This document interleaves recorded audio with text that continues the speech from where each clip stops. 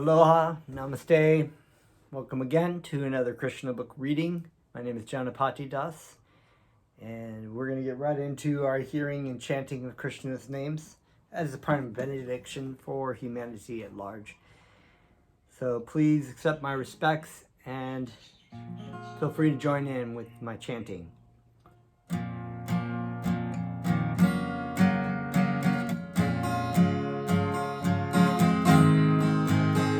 Namo Vishnu Padaya Krishna Prasthaya Bhutale Srimate Saraswati Paramahamsa Iti Namine Namo Vishnu Padaya Krishna Prasthaya Bhutale Srimate Saraswati Paramahamsa Iti Namine Bhaju Shri Krishna Chaitanya Prabhu Nityananda Shri Advaita Gadadhara Srivasadi Bhakta-vrinda Bhaju Shri Krishna Chaitanya Prabhu Nityananda Shri Advaita Gadadhara Srivasadi Bhakta-vrinda Haribo Nitako Nitako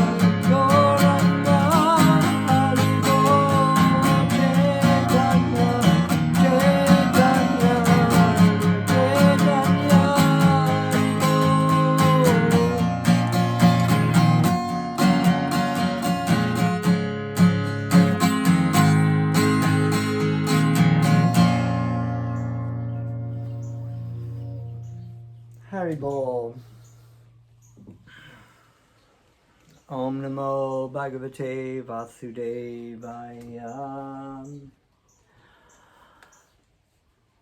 So we are reading, as you recall probably from our last time, we had been reading about the Krishna and Balaram and his cowherd boyfriend, their cowherd boyfriends. They all wanted to get some food, so they went to Lord Krishna and said, we want some food. They said, when we go to the brahmanas, the smarta brahmanas, and ask them for some food, but maybe best not to ask in my name because I'm in a Vaishya community. I'm a Vaishya. My father is a cowherder, but my brother Balaram, his father is a kshatriya. And so maybe they might be a little bit more willing to give you some food. But he said, I wouldn't expect too much because they're in special arrangements right now to offer sacrifices, Vedic sacrifices, and from chanting Vedic mantras for elevation to the heavenly planets. So they're not very interested in my name, or they're not really interested in me or Balaram. So the cowherd boys had gone, and they put all their petition to. They said, "You're the most learned of all brahmanas, so you should know that Krishna is the end source of all sacrifices." But of course, the brahmanas did not find that satisfactory, not being very intelligent. Came back, and Krishna was like, well, it's okay, but if you go to the wives of the brahmanas, they're my devotees, and they will immediately give you food. And so when the wives heard that Krishna and Balaram and the cowherd boys wanted food, they were very anxious about the welfare of Krishna and Balaram. So they immediately, without even hesitation, went to make the nicest sweet stuff, nicest food, and gave their prayer to Krishna. And Krishna was very pleased with their attitude. The brahmana's wives saw Krishna putting on a garment glittering like gold. He wore a nice garland of forest flowers and a peacock feather on his head. He was also painted with the minerals found in Vrindavan, and he looked exactly like a dancing actor on the theatrical stage. They saw him keeping one hand on the shoulder of his friend, and in the other hand he was holding a lotus flower. His ears were decorated with lilies. He wore marks of tilak, a little mark on the forehead that we'd been talking about previously, and he was smiling charmingly. With their eyes, the wives of the brahmanas saw the Supreme Personality of Godhead, of whom they had heard so much, who was so dear to them, and in whom their eyes were always absorbed. Now they saw him eye to eye and face to face, and Krishna entered within their hearts through their eyes. They began to embrace Krishna to their heart's content, and the distress of separation was mitigated immediately. They were just like great sages who, by their advancement of knowledge, merge into the existence of the Supreme. As the Supersoul living in everyone's heart, Lord Krishna could understand their minds. They had come to him despite all the protests of their relatives, fathers, husbands, brothers, and all the duties of household affairs. They came just to see him, who was their life and soul. They were actually following Krishna's instruction in the Bhagavad Gita. One should surrender to him, giving up all varieties of occupational and religious duties. So, as it said in the Vedas, that the end source of all sacrifices, whether they're elevation to the heavenly planets, all sacrifices, is to know Krishna. And ultimately, Krishna makes an instruction in the Bhagavad Gita, chapter 18, verse 66, just abandon all varieties of religion and religious duties, and just surrender unto me. I will give you all protection from sinful reactions. Do not fear. So any kind of activities, religious activities that one does in the fear of going to hell or fear of not going to heaven, these can be abandoned, and one can surrender in love to Krishna and achieve the highest perfection of all these sacrifices. The wives of the brahmanas actually carried out the instruction of the Bhagavad Gita in total. He therefore began to speak with them, smiling very magnificently. It should be noted in this connection that when Krishna entered into the wife's heart, and when they embraced him and felt the transcendental bliss of being merged with him, the Supreme Lord Krishna did not lose his identity, nor did the individual wives lose theirs. And so this discussion has been, we've talked about this in the past, that there is no merging, as maybe the brahmanas would even be, if not engaging in sacrifices to be elevated, but their ultimate goal is to be liberated and to merge into the supreme as Supreme Brahman and lose their identity. This is the impersonal realization that so many yogis aspire for, but that actually the highest transcendental state is our loving relationship with Krishna. And so this means that our will is dovetailed with Krishna. So oftentimes in Christianity, many Christians misunderstand and think that Jesus is saying that he is God when he refers to I and my Father are one. But actually, if we understand the correct use of Greek, we also understand that Jesus Christ was not talking about being God, but was actually talking about dovetailing as a servant. He was in this servant relationship, servant to master relationship with the Supreme Lord. He dovetailed his will is dovetailed to Krishna's. There is no other will of his own, but what Krishna wants. And so when you say I and my Father are one, I and my Father are one in will, not being the same person. So this is a very important point to remember. And the similar, as some yogis believe, that there is a merging of, you become one, and the Mayavadi philosophy, the impersonal philosophy of yoga, oftentimes will say that the forms of Krishna, the forms of different deities are illusion, but you can meditate upon them and then merge into them and then leave them behind. But actually the form of Krishna is eternal. Our form as a Jivatma is eternal. We have an eternal form that exists, and we have an eternal loving relationship with Krishna.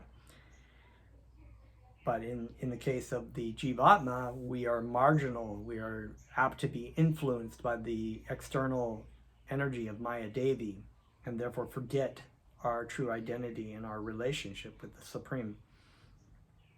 When a lover submits to his lover without any pinch of personal consideration, that is called oneness. Lord Chaitanya taught us this feeling of oneness in the Shikshastaka. Krishna may act freely, doing whatever he likes, but the devotee should always be in oneness or in agreement with his desires. That oneness was exhibited by the wives of the brahmanas in their love for Krishna. And I realize we read this last time, but this is a very important point, this oneness of will. Krishna welcomed them with the following words: "My dear wives of the brahmanas, you are all very fortunate and welcome here. Please let me know what I can do for you. Your coming here, neglecting all the restrictions and hindrances of relatives, fathers, brothers, and husbands, in order to see me is completely befitting. One who does this actually knows his self-interest, because rendering transcendental loving service unto me without motive or restriction is actually auspicious for the living entities." Lord Krishna here confirms that the highest perfectional stage of conditioned soul is to surrender to him. One must give up all other responsibilities. This complete surrender to the Supreme Personality of Godhead is the most auspicious path for the conditioned soul, because the Supreme Lord is the supreme object of love. Everyone is loving Krishna ultimately, but realization is according to the advancement of his knowledge. One comes to understand that his self is the spirit soul, and the spirit soul is nothing but a part and parcel of the Supreme Lord. So Krishna actually tells Arjuna in the Bhagavad Gita, I'm paraphrasing of course, but basically that the realization that one has is due to the level of surrender of the living entity to the Supreme. The more you surrender, the more you have self-realization, you have understanding of who you are and what your relationship is with Krishna. Therefore, the Supreme Lord is the ultimate goal of love, and thus one should surrender unto him. This surrender is considered auspicious for the conditioned soul. Our life, property, home, wife, children, house, country, society, and all paraphernalia which are very dear to us are expansions of the Supreme Personality of Godhead. He is the central object of love because he gives us all bliss, expanding himself in so many ways according to our different situations, namely bodily, mental, or spiritual. And I think about, a long time ago when I had this understanding of like, well, I don't really want to surrender to God because I don't want anybody above me. It was they're very ignorant. Many people think this. They think, if I surrender to the Supreme Lord, if I surrender to God, then I will be suffering and I will not have any happiness. But is the opposite. You are suffering. You are having unhappiness. Your unfulfilled and unrequited desires leading to nothing but misery. And the illusion is that somehow or another it will just get better if I keep, maybe it's not working out now, or maybe it's not exactly what I was thinking, but if I just do this, then it'll be better. If I just get that, if I just go to this area, or if I just go to that area, if I just go, out to the mirage in the desert, that there will be water there. But it never happens that way. And so the idea here is Krishna is the goal of all surrender. It's of all sacrifice, and the goal is love. It's an ultimate happiness and bliss for the living entity. The living entity, like Krishna, is Satchidananda. It's eternally full of knowledge and bliss. My dear wives of the brahmanas, Krishna said, you can now return to your homes, engage yourself in sacrificial activities, and be engaged in the service of your husbands and household affairs, so that your husbands will be pleased with you, and the sacrifice which they have begun will be properly executed. After all, your husbands are householders, and without your help, how can they execute their prescribed duties? The wives of the brahmanas replied, Dear Lord, this sort of instruction does not befit you. Your eternal promise is that you will always protect your devotees, and now you must fulfill this promise. Anyone who comes and surrenders unto you never goes back to the conditioned life of material existence. We expect that you will now fulfill your promise. We have surrendered unto your lotus feet, which are covered by the tulasi leaves, so we have no more desire to return to the company of our so-called relatives, friends, and society, and give up the shelter of your lotus feet. And what shall we do returning home? Our husbands, brothers, fathers, sons, mothers, and our friends do not expect to see us because we have already left them all. Therefore, we have no shelter to return to. Please, therefore, do not ask us to return home, but arrange for our stay under your lotus feet so that we can eternally live under your protection. The Supreme Personality of Godhead replied, My dear wives, rest assured that your husbands will not neglect you on return, nor will your brothers, sons, or fathers refuse to accept you, because you are my pure devotees. Not only your relatives, but also people in general, as well as the demigods, will be satisfied with you. Krishna is situated as the super soul in everyone's heart. So if someone becomes a pure devotee of Lord Krishna, he immediately becomes pleasing to everyone. The pure devotee of Lord Krishna is never inimical to anyone. A sane person cannot be an enemy of a pure devotee. It's a very good point right there. A sane person cannot be an enemy of a pure devotee. In other words, those people that are inimical are insane. They have no vision. They're completely blinded by enviousness. Transcendental love for me does not depend upon bodily connection, Krishna said further. But anyone whose mind is always absorbed in me will surely, very soon, come to me for my eternal association. After being instructed by the Supreme Personality of Godhead, all the wives again returned home to their respective husbands. Pleased to see their wives back home, the brahmanas executed the performances of sacrifices by sitting together, as it is enjoined in the Shastras. According to Vedic principle, religious rituals must be executed by the husband and wife together. When the brahmanas' wives returned, the sacrifice was duly and nicely executed. One of the brahmanas' wives, however, who was forcefully checked from going to see Krishna, began to remember him as she heard of his bodily features. Being completely absorbed in his thought, she gave up her material body conditioned by the laws of nature. She's left. She was like, I'm out of here. She left her body. Sri Govinda, the ever joyful personality of Godhead, revealed his transcendental pastimes, appearing just like an ordinary human being, and enjoyed the food offered by the wives of the brahmanas. In this way, he attracted common persons to Krishna consciousness. He attracted to his words and beauty all the cows, cowherd boys, and damsels in Vrindavan.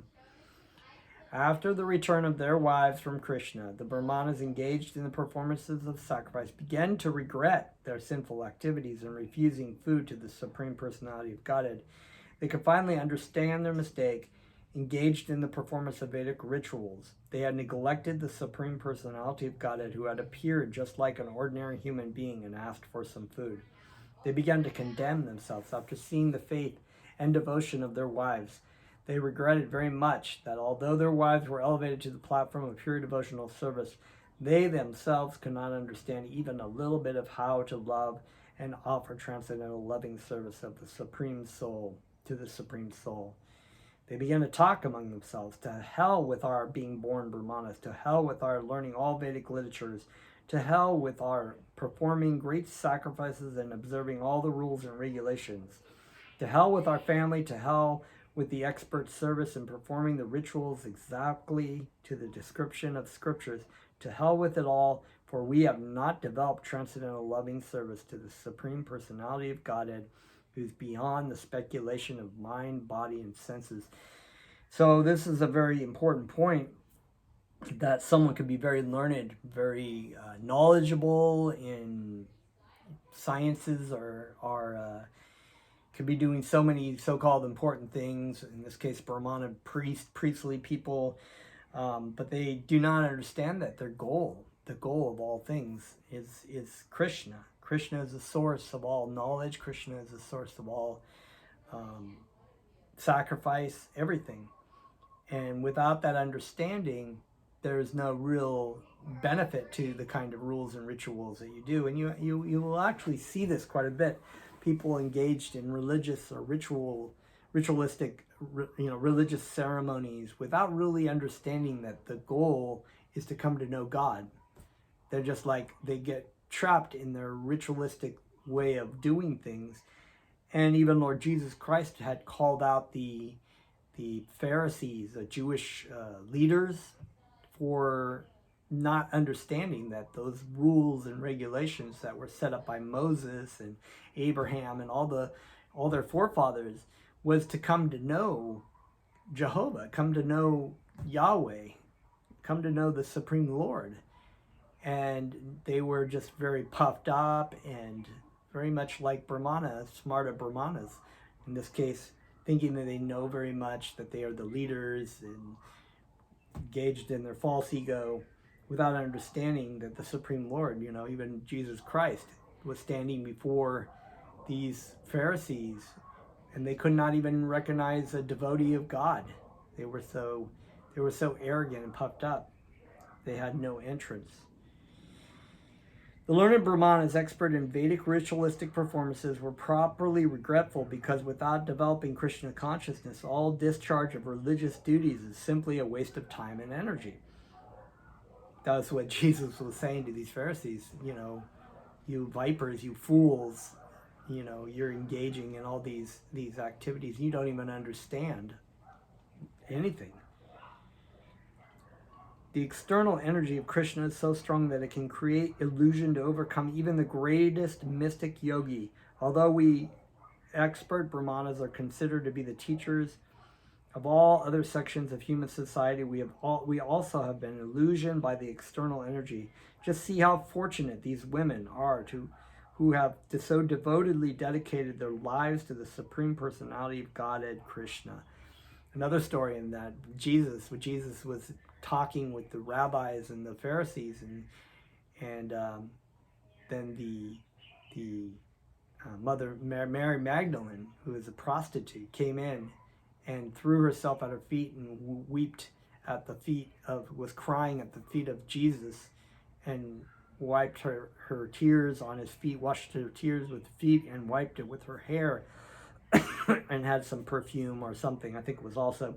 And they were, the rabbis and Pharisees were, who is this woman, this prostitute? And she's touching, and she's wasting all these oils. And Jesus rebuked them and said, you didn't even give me a proper seat to sitting in here. You didn't offer me any kind of respect or any kind of, not that Jesus was really expected any respect, but he understood as a devotee of Krishna the etiquette, that these Pharisees, so-called religious people, were actually ignorant of that, and they didn't understand that this woman, who so-called was so sinful, was actually engaged in a higher spiritual etiquette than these so-called religious people by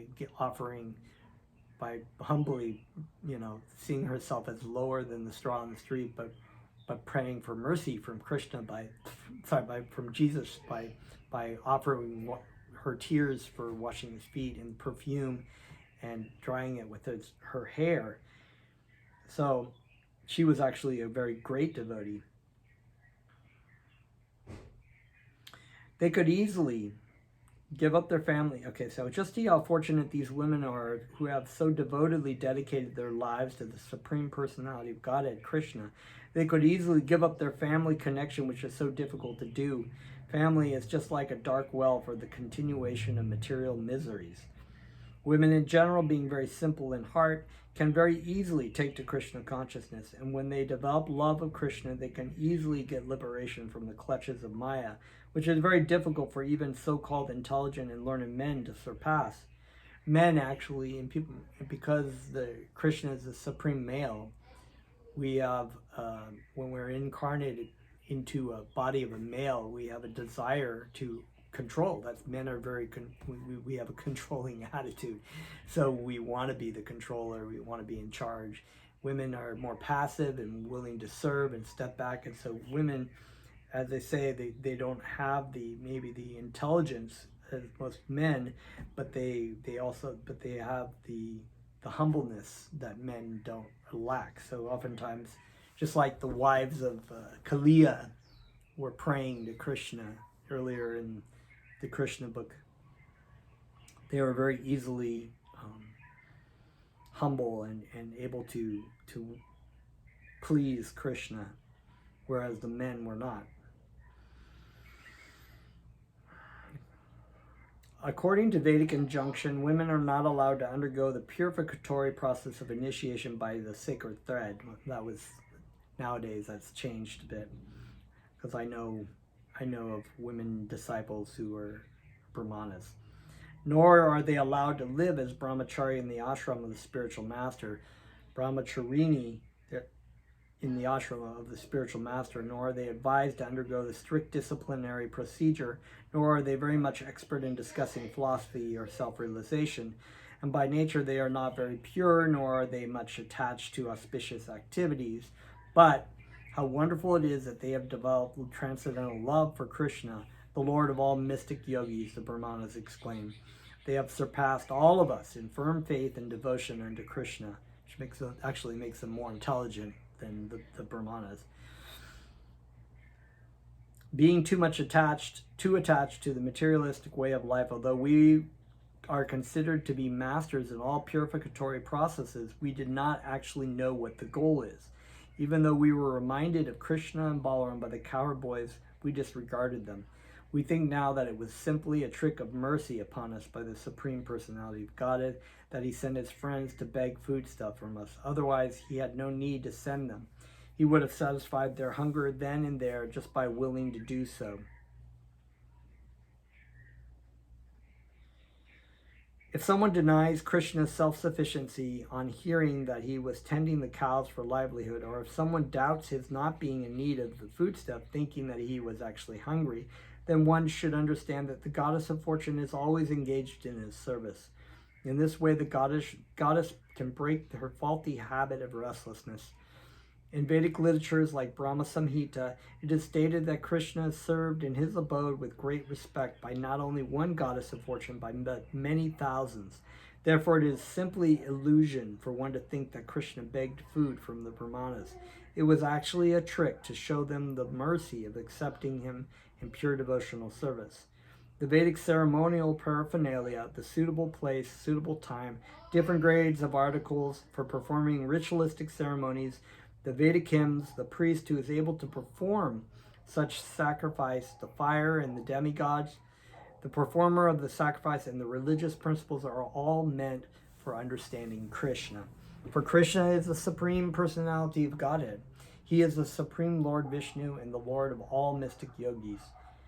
Because he has appeared as a child in the dynasty of the Yadus, we were so foolish that we could not understand that he is the supreme personality of Godhead, the brahmanas said. But on the other hand, we are very proud because we have such exalted wives who have developed a pure transcendental service of the Lord without being shackled by our rigid position. Let us therefore offer our respectful obeisances unto the lotus feet of Lord Krishna, under whose illusory energy called Maya we are absorbed in fruitive activities. We therefore pray to the Lord to be kind enough to excuse us because we are simply captivated by his external energy.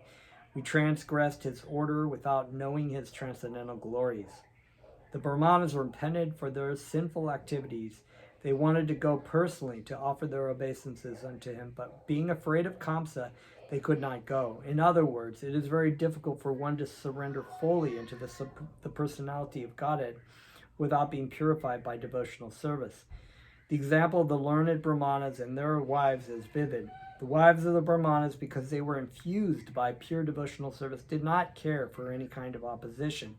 So you can see there's, even though the brahmanas still had repentance and whatnot, they still were not as purified as their wives because they were afraid. They were still in fear. And this is Krishna says in that prayer we were talking about, abandon all varieties of religion and just surrender unto me. I will give you all protection from sinful reaction, protection from everything. Do not fear, do not fear, do not have any fear. Because as my spiritual master would say, what is your greatest fear? And you don't think Krishna can't handle it? Because things happen, a lot of things happen in the material world which are very fearful, but ultimately Krishna is supporting us. Krishna is protecting us from all sinful reactions. And even if we have to give up our body and we're thinking of Krishna, we will go back to Krishna and we will continue where we left off when we came into the material world. The wives of the brahmanas, because they were infused by pure devotional service, did not care for any kind of opposition. They immediately went to Krishna, but although the brahmanas had come to know the supremacy of the Lord and were repenting, they were still afraid of King Kamsa, like King Kamsa is more powerful than Krishna, because they were too addicted to fruitive activities. So they still have this addiction. But they were very benefited by praying to Krishna and asking for forgiveness, because that is very spiritually benefiting. Thus ends the Bhaktivedanta purport of the 23rd chapter of Krishna delivering the wives of the brahmanas who performed sacrifices. So, really nice story, very wonderful. And we are actually going to get into the next chapter next time about Govardhan Hill. Very awesome story. So stay tuned. Please join me for next time, and we will do some kirtan right now. Thank you very much. Looking for my pick. I don't know where it went. Oh well, it's my hand. Put it in my pocket or something.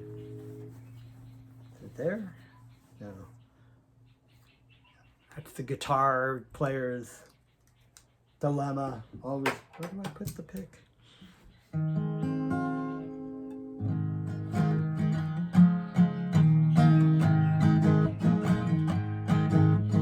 Haribo,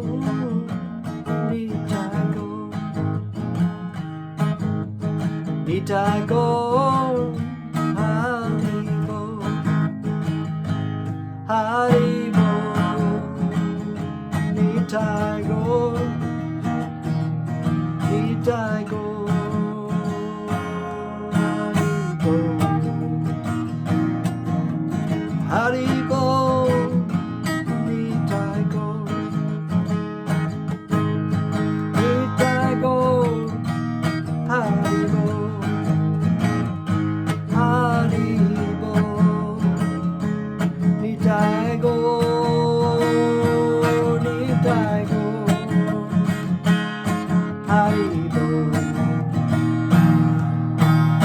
Hare Krishna, Hare Krishna, Krishna Krishna, Hare Hare, Hare Rama, Hare Rama, Rama Rama, Hare Hare, Hare Krishna, Hare Krishna, Krishna Krishna, Hare Hare, Hare Rama, Hare Rama, Rama Rama, Hare Hare, Hare Krishna, Hare Krishna, Krishna Krishna, Hare Hare, Hare Rama, Hare Rama, Rama Rama, Hare Hare, Hare Krishna, Hare Krishna, Krishna Krishna, Hare Hare, Hare Rama, Hare Rama, Rama Rama, Hare Hare, Hare Krishna, Hare Krishna, Krishna Krishna, Hare Hare, Hare Rama, Hare Rama, Rama Rama, Hare Hare. Oh Gopala, Govinda Rama, Madala Mohana, Gopala, Govinda Rama, Madala Mohana, Gopala, Govinda Rama, Madala Mohana, Gopala, Govinda Rama, Mohana.